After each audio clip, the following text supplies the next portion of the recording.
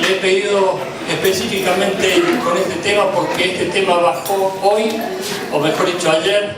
Ustedes saben que yo no predico de temas que se me ocurren, ni tampoco por las necesidades que hay en el pueblo, porque son muchas, sino lo que baja de parte de Dios. Tengo que ser fiel en compartirlo. Y este tema estaba picando hacía mucho tiempo, pero hoy se dio. Así que les pido por favor mucha atención a este tema. He titulado el tema de hoy justamente busca a Dios y vivirás. Está basado en el Salmo 69:32 este título. No es el pasaje que vamos a considerar, es Malaquías capítulo 3, pero fíjense lo que dice aquí el Salmo 69 versículo 32: busca a Dios y vivirá vuestro corazón. La Biblia nos enseña que hemos sido creados por Dios. Dios tiene un propósito con nosotros. No es que hemos nacido por el azar, por las circunstancias, por más que en tu caso hayas creído eso. Dios tiene un propósito con cada uno de nosotros, y Él permitió que nosotros existiéramos, y Él quiere darnos vida y vida en abundancia. Sin embargo, muchas personas viven vidas que no son abundantes. Sufren, están deprimidas, viven amargadas, se quieren suicidar. Eso pasaba conmigo, ustedes lo saben bien, muchos años antes de conocer a Cristo. Pero un día conocí a Cristo, tuve un encuentro personal con Cristo. Y vos me dirás, ¿cómo, pastor? Bueno, esperá al mensaje, por favor. Pero lo cierto es que buscar a Dios nos da vida, y vida en abundancia, vida plena. Por eso nosotros no somos una religión. Hay gente que dice, yo no soy de tu religión. Nosotros no tenemos religión, tenemos relación. Amén. ¿Qué tenemos con Dios? Una relación. Es una relación de amor, es una relación diaria, permanente. Por eso hay muchas personas que dicen buscar a Dios, pero nunca lo encuentran. Hay personas que quieren encontrarse cara a cara con Dios y nunca se encuentran. Hay personas que quieren realmente tener un encuentro con Dios para ver de qué se trata, pero tampoco tienen esa experiencia. Pero buscar a Dios es algo sublime, máximo, y nosotros tenemos que tener en cuenta de qué se trata. Por eso, por más que vos hayas dicho en esta tarde, se me ocurrió ir a la iglesia, me invitaron, fui, bueno, se me ocurrió a mí. Nos equivocamos al pensar así. Todo parte de Dios. Dios es quien está por encima de todos nosotros, y Él pone en nosotros tanto el querer como el hacer. Mira lo que dice aquí en este primer punto que vamos a considerar. El Espíritu Santo prepara nuestro corazón para buscar a Dios. El Espíritu Santo es la persona de la Trinidad que prepara nuestro corazón para buscar a Dios. ¿Por qué digo esto? Basado en este texto. Mira lo que dice el texto del versículo 1 de Malaquías capítulo 3, versículo 1. Dice, he aquí yo envío mi mensajero, el cual preparará el camino delante de mí. Dios envía un mensajero. ¿Quién es ese mensajero? El Espíritu Santo. Así como fue Juan el Bautista, que precedió la llegada de Jesús, es decir, que apareció antes que Jesús, apareció en los desiertos de Galilea, y Él predicaba a todo el mundo, y mucha gente, dice la Biblia, que acudía a Él, y Él gritaba en ese desierto, arrepiéntanse, porque viene el reino de Dios. Se estaba refiriendo a Jesucristo. Jesucristo venía al mundo para salvar al mundo del pecado, para traer vida abundante, para romper con la maldición que el diablo había establecido de hacer que las personas terminaran en el mismo infierno e hicieran muchas cosas aquí en la tierra para daño de su prójimo. Satanás estaba reinando en la vida de las personas como lo está hoy en muchísima gente. Y apareció Juan el Bautista como el mensajero de parte de Dios para preparar el camino de Jesús. ¿Por qué? Porque la gente tenía que encontrarse con Jesús. Pero antes de hacerlo tenían que arrepentirse. Por eso Juan el Bautista decía, arrepiéntanse de sus malos caminos. Y él venía a preparar senda para Jesús, para que la gente pudiese encontrarse cara a cara con Él. Dios es siempre quien tiene la iniciativa. Dice el apóstol Pablo en Filipenses capítulo 2, versículo 13. Fíjense, porque Dios es el que en ustedes produce así el querer como el hacer por su buena voluntad. Dios es quien produce en nosotros el deseo de acercarnos a Él. Nace en Dios y viene a nosotros la idea de poder hacer algo que le agrade a Dios. No es que a nosotros se nos ocurrió, no es que nosotros tuvimos una chispa de genialidad, no es que yo le hago un favor a Dios yendo a la iglesia o haciendo algo que le agrade. Es Dios quien está haciendo eso mucho antes de que yo me diera cuenta. Por eso todos nosotros aquí tenemos un propósito glorioso. No estamos por casualidad, estamos por causalidad. Hay un propósito glorioso que se va a cumplir en tu vida, como se está cumpliendo en la mía. Y no escuché ningún amén excepto uno. Dios va a cumplir un propósito glorioso en tu vida. Está flojo, ¿no?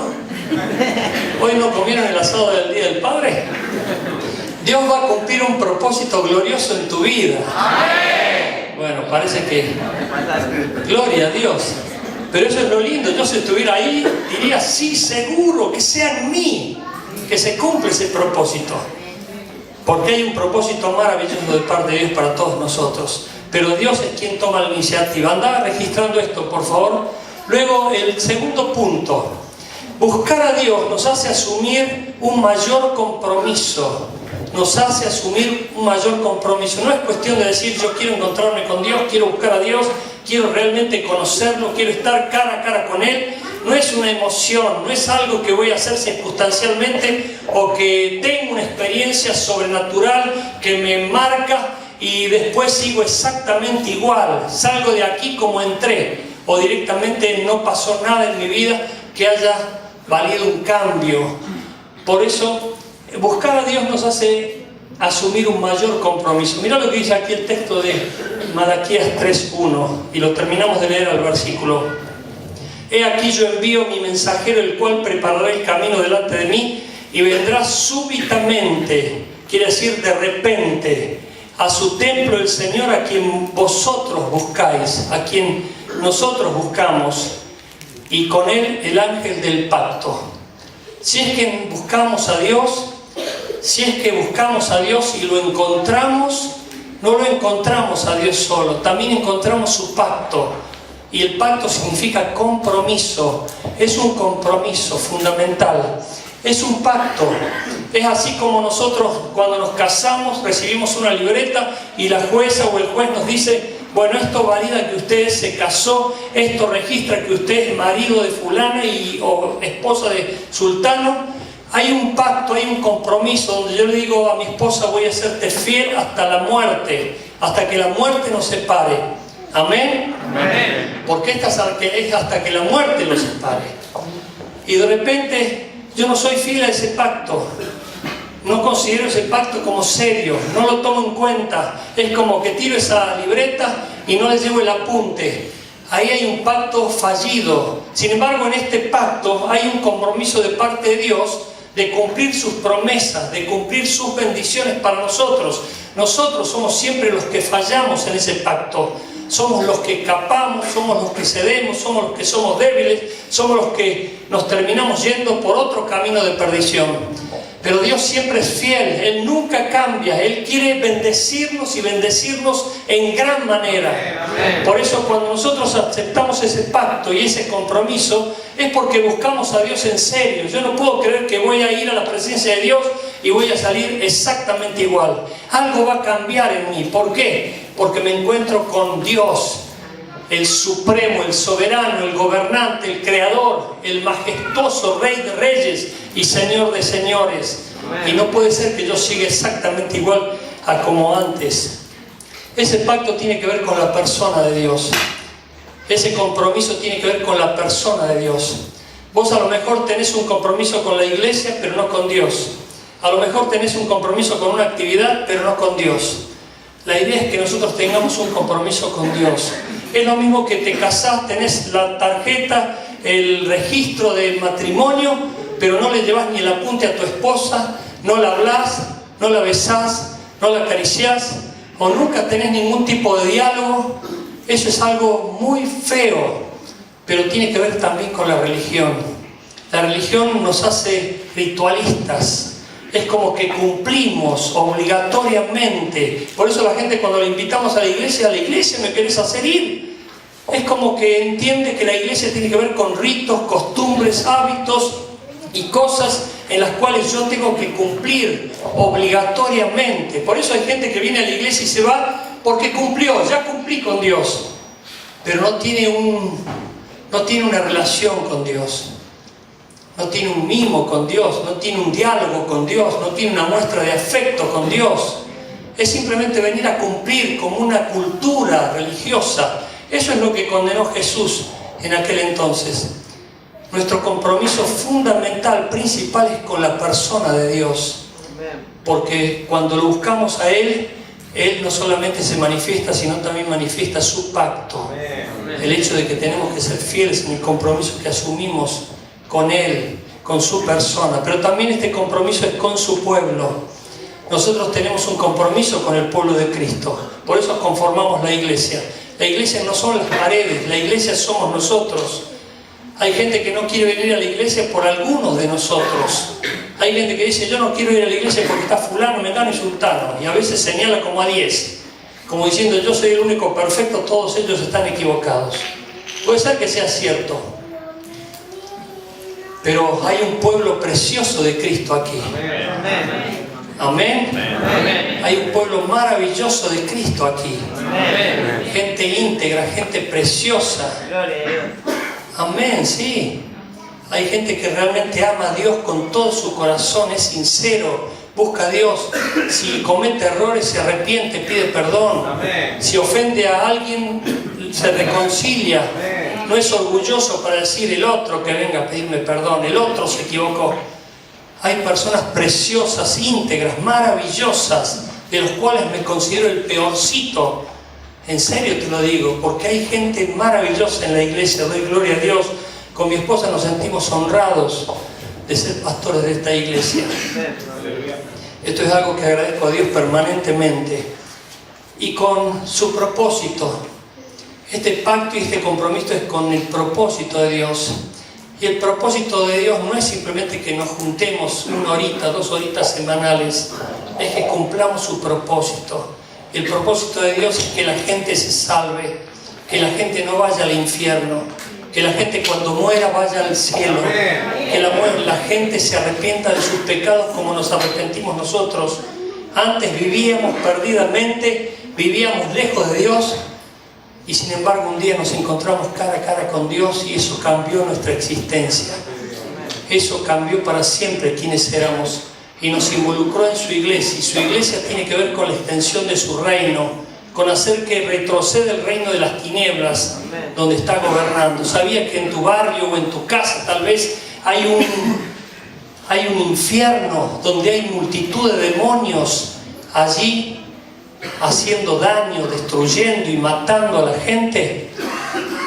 Pero tiene que surgir la iglesia de Jesucristo para echar fuera a Satanás y a sus demonios y permitir que el reino glorioso de nuestro Señor Jesucristo allí se establezca. ¿Cuántos me están entendiendo?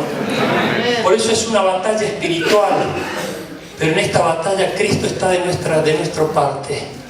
Y mayor es el que está en nosotros que el que está en el mundo. Por eso no tenemos que tener miedo. Cuando predicamos la palabra, Dios nos respalda. Cuando hacemos que el Evangelio se difunda, Dios nos respalda. Y allí las personas comienzan a ser tocadas por el poder del Evangelio. Yo siempre recuerdo, para motivar mi vida y saber que tiene Dios poder para cambiar vidas, de las personas que eran personas malignas, muy malas, una que me amenazó de partirme un bastón en la cabeza y sin embargo terminó siendo pastor. ¿Cuánta gente que hoy está rendida a los pies de Cristo antes era bien maligno? Como por ejemplo cuando se encontró David Wilkerson con Nicky Cruz, el jefe de las pandillas de Harlem, un bajito así pero más malo que las arañas. Yo lo conocí en Miami. Y yo decía, no puede ser que este hombre haya sido tan fiero, porque le tenían terror la gente. Y él fue a amenazar a David Wilkerson con una navaja y le dijo, te voy a cortar en pedacitos. Y David Wilkerson le dijo, aunque cortes mi cuerpo en pedacitos, cada pedacito de mi cuerpo te seguirá diciendo que Dios te ama. Y Nicky Cruz terminó convirtiéndose a Cristo y dejó su mala vida y entregó su vida a Cristo y hoy predica el Evangelio por todas las naciones y da conferencias en un montón de lugares hablando de quién era Él antes y de lo que Él es ahora. Por eso cuando Cristo nos toca hay un compromiso, cuando nos encontramos cara a cara con Dios hay un pacto, hay algo que se establece, que cambia nuestra vida y nuestra forma de ser. Pero buscar a Dios nos santifica. Buscar a Dios nos santifica. Miren lo que dice Malaquías 3.2. Por favor, no se distraigan. Malaquías 3.2 dice: ¿y quién podrá soportar el tiempo de su venida? ¿O quién podrá estar en pie cuando Él se manifieste? Porque Él es como fuego purificador. Él es como fuego purificador. Cuando nosotros tenemos un real encuentro con Dios, nuestra vida cambia por completo. Cuando nosotros tenemos un real encuentro con Dios, nuestra vida queda marcada para siempre, porque nos hemos encontrado cara a cara con Él. Hay un impacto que marca nuestras vidas para siempre por ese encuentro glorioso con Jesucristo. El otro día estaba en un negocio y me estaba atendiendo una persona y de repente había una especie de cortina, pero mejor dicho, era como una cortina, pero era una puerta, pero no parecía puerta, y de repente se abre, y era una puerta chiquitita, y de adentro sale el dueño, abre la puerta, sale y cierra, y vos te fijabas en ese lugar, no parecía una puerta, sin embargo era una puerta, para mí era una puerta secreta. Y le dije, salís del lugar santísimo. Y esta persona me mira y dice, como diciendo, no lo entiendo. A lo mejor vos me decís, no lo entiendo a qué se refiere. Y yo le explicaba que en la antigüedad los que buscaban a Dios y querían encontrarse con Él, lo tenían que hacer a través de un sacerdote. Y el sacerdote iba a ese lugar santísimo a presentar las ofrendas y encontrarse cara a cara con Dios. Pero había un atrio. Primero había un atrio, después estaba el lugar santo y después estaba el lugar santísimo. Y al lugar santísimo entraban los sacerdotes con un cencerro y ese cencerro tenía que estar sonando, porque si dejaba de sonar era señal de que esa persona había muerto fulminada por su pecaminosidad. Por eso la gente entraba y entraba con mucho temor y temblor, pero entraba al lugar santísimo. No es cuestión de decir voy a encontrarme con Dios cara a cara, voy a tener un real encuentro con Dios. Nuestro corazón tiene que estar limpio de basura, de mugre, de inmundicia, de rencores, de rabias, de odios. Por eso tenemos que arrepentirnos, por eso tenemos que pedirle perdón a Dios. Él nos quiere limpiar. Pero ¿quién podrá estar presente ante Dios cara a cara con un corazón sucio? No podríamos soportarlo. ¿Por qué? Porque Dios al pecado mira de lejos y ante el pecado Él gira su rostro para no ver. Por eso nosotros cuando pensamos en encontrarnos con Dios, cuando pensamos en estar cara a cara con Dios, tenemos que estar arrepentidos, haberle pedido perdón a Dios, decirle: Señor, me equivoqué, pequé, Señor, hice algo indebido, no fui correcto en esto, dañé a mi prójimo. Yo sé que a lo mejor vos que tenés un corazón duro y a lo mejor estás encallecido por el pecado, es como que estas palabras te parecen muy flojas, pero es el amor de Dios, es el amor de Dios que quiere que el mundo lo conozca y lo va a hacer a través nuestro. Amén. Por eso no hay distinciones entre pecados. El pecado es uno solo, es cerrar el blanco. Una persona me preguntó: ¿hay diferencias entre mentir y asesinar? No hay diferencia, es pecado y es cerrar el blanco. Nuestra jurisprudencia hace diferencias para decir este es más bueno y este es más malo, pero Dios lo ve pecado y el pecado produce muerte. Por eso hay personas que sienten que están muriendo en vida, se sienten miserablemente perdidas, amargadas, vacías, deprimidas, arruinadas, como me sentía yo. ¿Por qué? Porque había pecado en mí y yo no me daba cuenta, me justificaba y creía que lo que hacía era bien porque todo el mundo a mi alrededor lo hacía. Sin embargo, yo tuve que arrepentirme de mis pecados como vos también, y eso trajo vida nueva, abundante a mi vida. Pero hay personas que no se arrepienten, mienten, roban y hacen todo tipo de malignidades, y se siguen autojustificando, y eso los va matando poco a poco, los va matando poco a poco, porque el pecado produce muerte. Dice la Biblia, la paga del pecado es la muerte. Por lo tanto, nadie puede tener vida abundante pecando o haciendo cosas deliberadamente en contra de Dios, de su voluntad, y aún para daño y perjuicio del prójimo. ¿Cuántos están entendiendo esto? Por eso, buscar a Dios nos santifica. Pero también buscar a Dios, en cuarto lugar, nos convierte en instrumento de salvación para otros. Buscar a Dios nos convierte en instrumento de salvación para otros. Mirá lo que dice aquí Malaquías 3:5. Este es un texto muy importante. Y vendré a ustedes para juicio, y seré pronto testigo contra los hechiceros y adúlteros, contra los que juran mentira y los que defraudan en su salario al jornalero, a la viuda y al huérfano, y los que hacen injusticia al extranjero, no teniendo temor de mí, dice Jehová de los ejércitos. Y vendré a ustedes para juicio, y seré pronto testigo. Dios viene a nosotros. Cuando nosotros nos encontramos con Él, tenemos un real encuentro con Él, Él viene a nosotros. Pero a partir de nosotros comienza a mostrarse al mundo, principalmente a todas estas personas. Y son las personas que a veces nos rodean. La Biblia dice que el mundo está corrompido por el pecado. El mundo está bajo el gobierno de Satanás. Por lo tanto, nosotros vamos a encontrar naturalmente a este tipo de personas. Emisarios de Satanás, brujos, hechiceros, macumberos, umbandistas, y gente que adora ídolos o adora a deidades, pero no adora a Dios.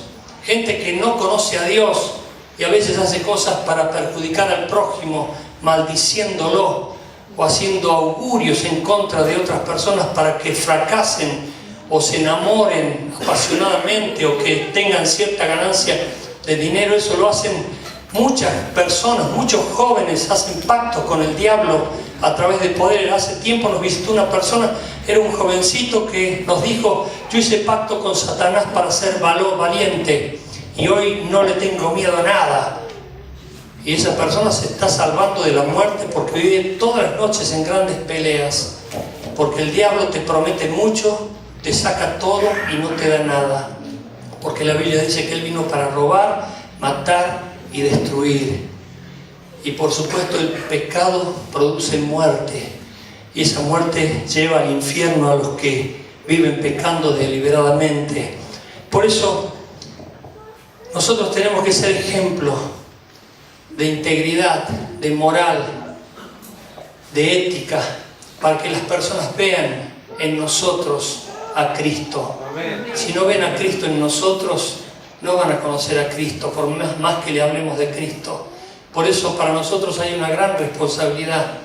Por eso es pacto, es compromiso. Yo lo asumí, yo dije delante de Dios, lo acepto hasta que la muerte me separe. Amén. En cuanto a la relación con mi esposa. Pero con Dios, ni siquiera la muerte corta ese pacto, porque seguimos a la eternidad con Cristo Jesús, a la patria celestial. Amén. Porque la Biblia dice que los que mueren en Cristo vivirán eternamente. El bocha lo vamos a encontrar en el cielo, Daniel, ¿no es cierto? Ella se está deleitando en los prados eternos porque partió con Cristo a la misma presencia de Dios. Amén.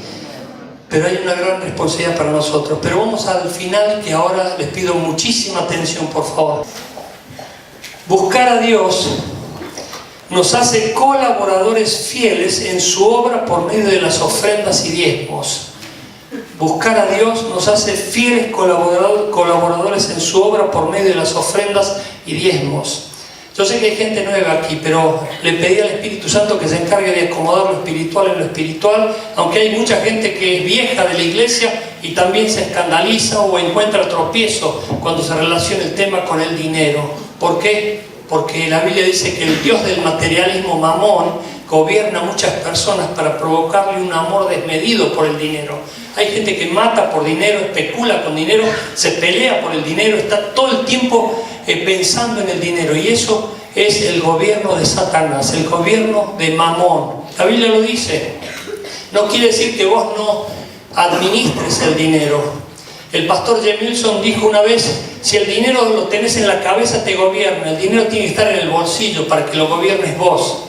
Hay personas que están todo el tiempo desesperados. Y miren, he comprobado con mi ministerio en muchos años de entrevistar personas que la mayoría de las personas que quieren prosperar y no prosperan nunca es porque están atados del Dios del dinero.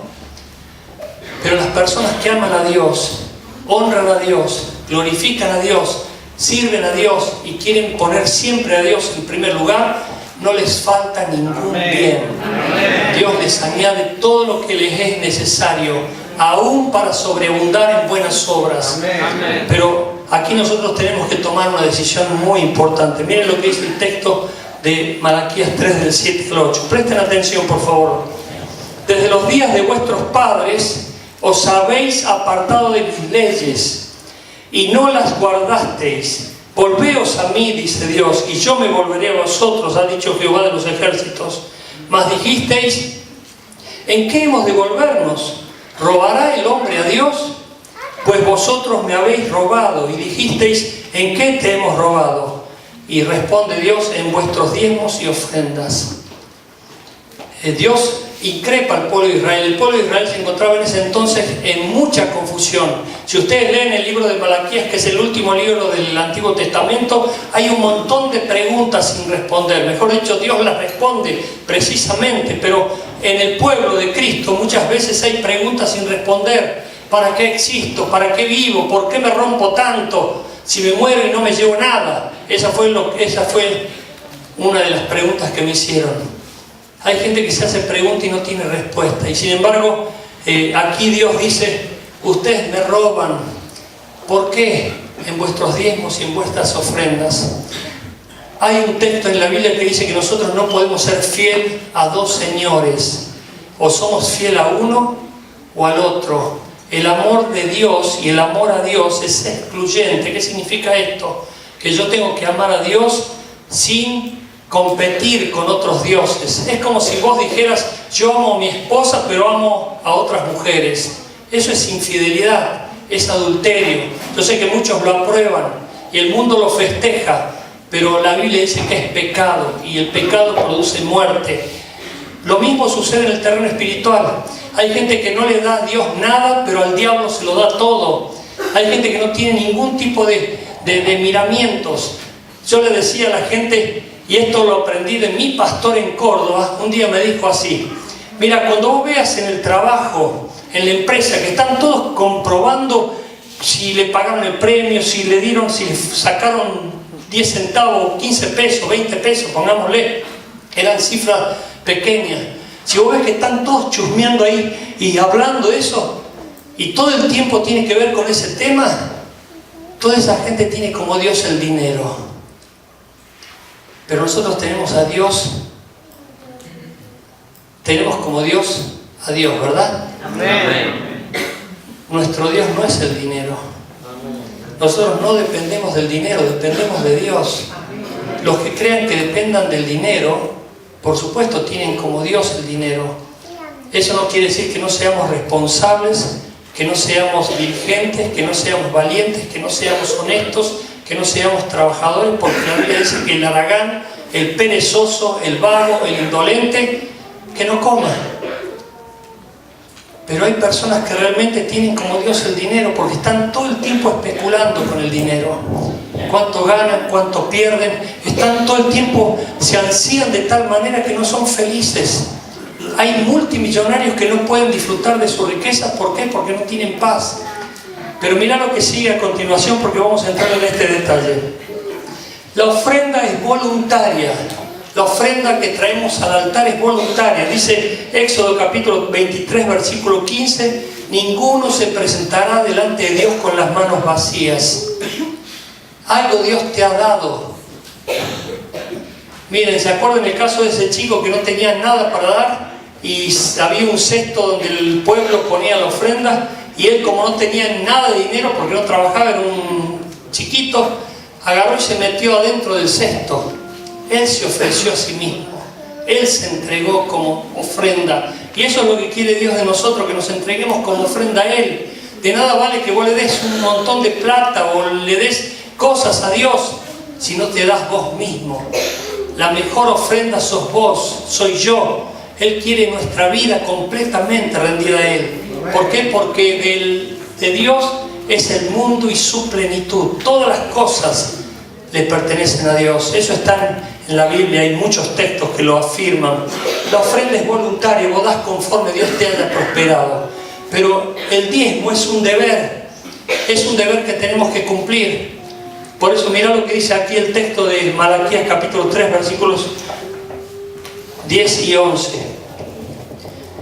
Traigan todos los diezmos al alfolí y haya alimento en mi casa, y pruébenme ahora en esto, dice Jehová de los ejércitos, si no abriré la ventana de los cielos y derramaré sobre ustedes bendición hasta que sobreabunde. Reprenderé también por vosotros al devorador, y no destruirá el fruto de la tierra, ni su vid en el campo será estéril, dice Jehová de los ejércitos. Aquí hay demandas y hay promesas, y son más las promesas que las demandas. ¿Cuáles son las demandas? 2. Traigan los diezmos al alfolí para que haya alimento en mi casa. Pero también pruébenme en esto y van a ver si yo no abro la ventana de los cielos para que sobreabunde sobre vosotros grande bendición. Nosotros a veces no traemos el diezmo ni tampoco probamos a Dios. Y Dios nos desafía aquí para que lo probemos. Hay gente que se queja y dice: pastor, no tengo, no me alcanza, no llego a fin de mes, sabe que la verdad estoy sufriendo, mi trabajo es un yugo esclavizante. Pues Dios puede añadirte bendición y sacarte de ese lugar y darte un lugar espacioso donde vos puedas disfrutar realmente de trabajar y servir a Dios y aún vivir contentado con todo lo que tengas. Pero hay gente muy insatisfecha, muy amargada, muy deprimida. Yo cuento esto porque lo sé y aparte lo ha contado. Un día Inés, una hermana de nuestra iglesia, vino a decirme: pastor, ¿sabe lo que me dijo un pastor? Ella me lo contó después de mucho tiempo. Un pastor que es amigo mío, vive en el Chaco, es pastor en el Chaco ahora, pero en ese tiempo estaba aquí. Me dice: yo fui a pedirle consejos a este pastor porque no estaba saliendo de deudas, estaba con situaciones que realmente eran apremiantes, y este pastor lo primero que me escuchó y lo primero que me preguntó es: ¿vos das el diezmo? Y yo le dije: no. Y a partir de allí, bueno, me di cuenta que tenía que empezar a darlo, y empecé a darlo y Dios empezó a prosperarme, y Dios la prosperó a tal punto que le di una casa en un lugar precioso, paradisiaco, por así decirlo, uno de los más caros de Luján. Dios la bendijo, y hay muchos otros casos. Me acuerdo el caso de Claudia cuando vino a la iglesia, y justo ese día habíamos invitado a un orador que iba a predicar sobre el diezmo, David Mull, que es un predicador de los Hermanos Libres. Y este predicador empezó a hablar sobre el diezmo, pero con lujo de detalles. Quien no le entendiera a ese predicador es porque ya, bueno, no sé, a lo mejor no me entendés a mí, pero a él sí. Él era muy sencillo y muy claro y gráfico para predicar. Se le entendía perfectamente el mensaje.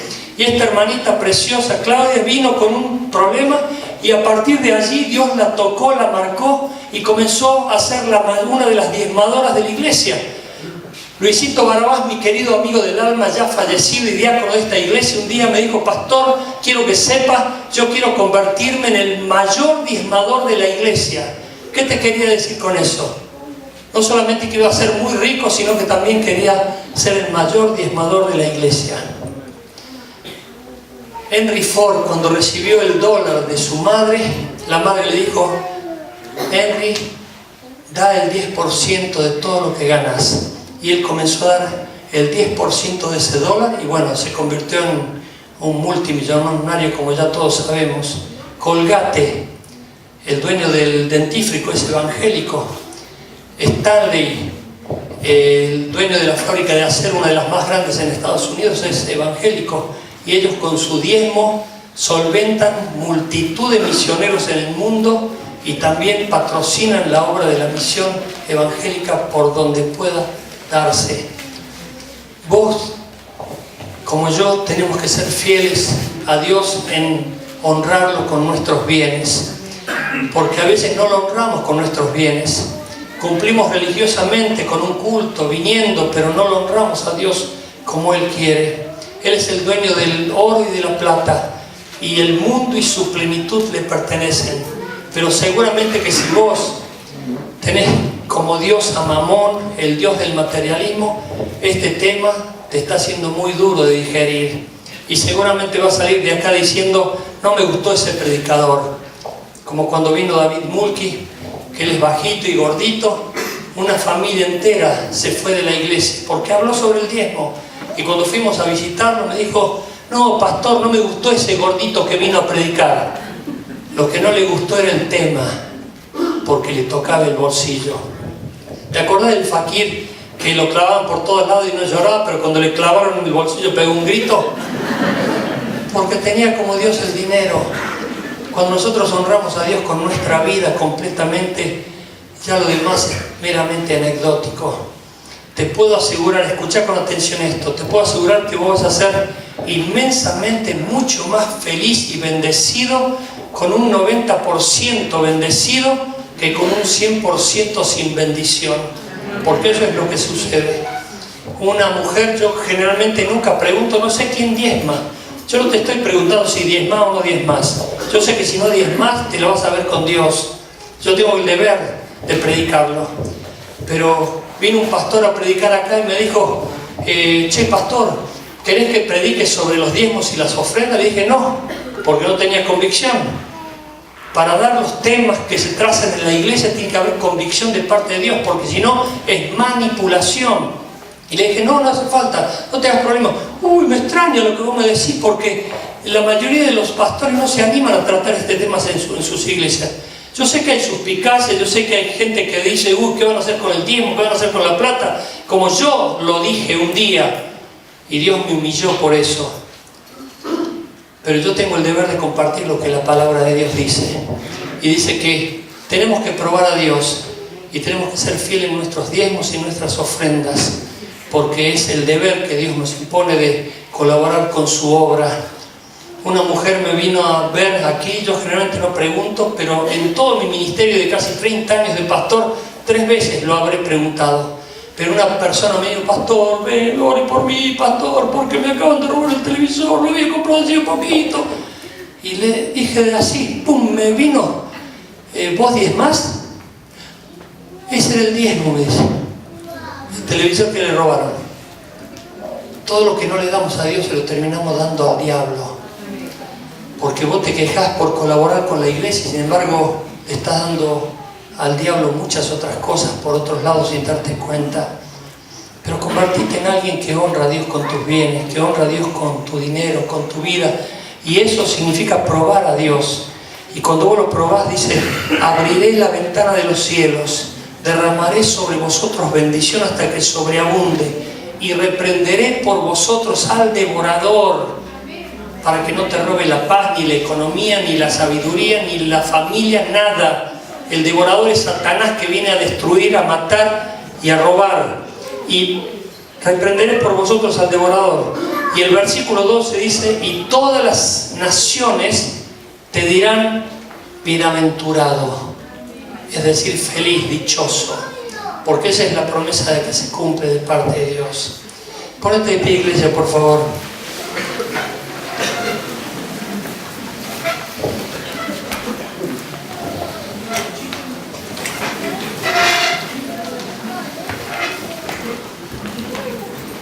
Cierra tus ojos, por favor, no te distraigas.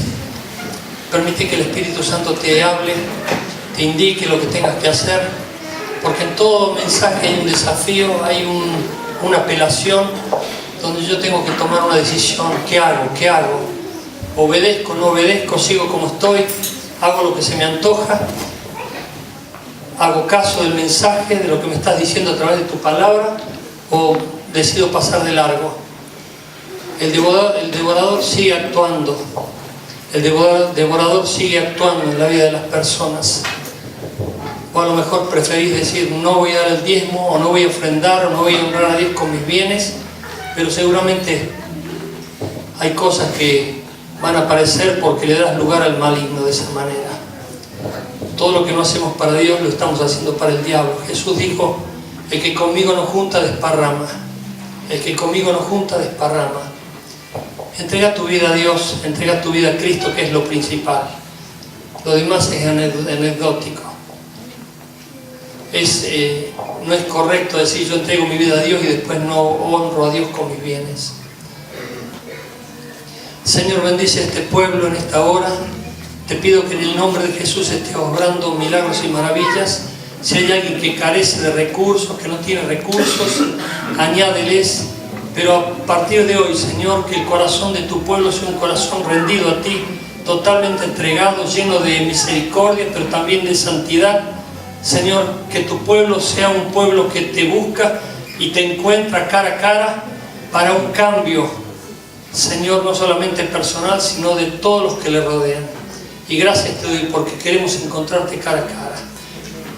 Manifiéstate, Dios Santo, en esta hora. Sigue obrando en medio nuestro, en Cristo Jesús. Amén.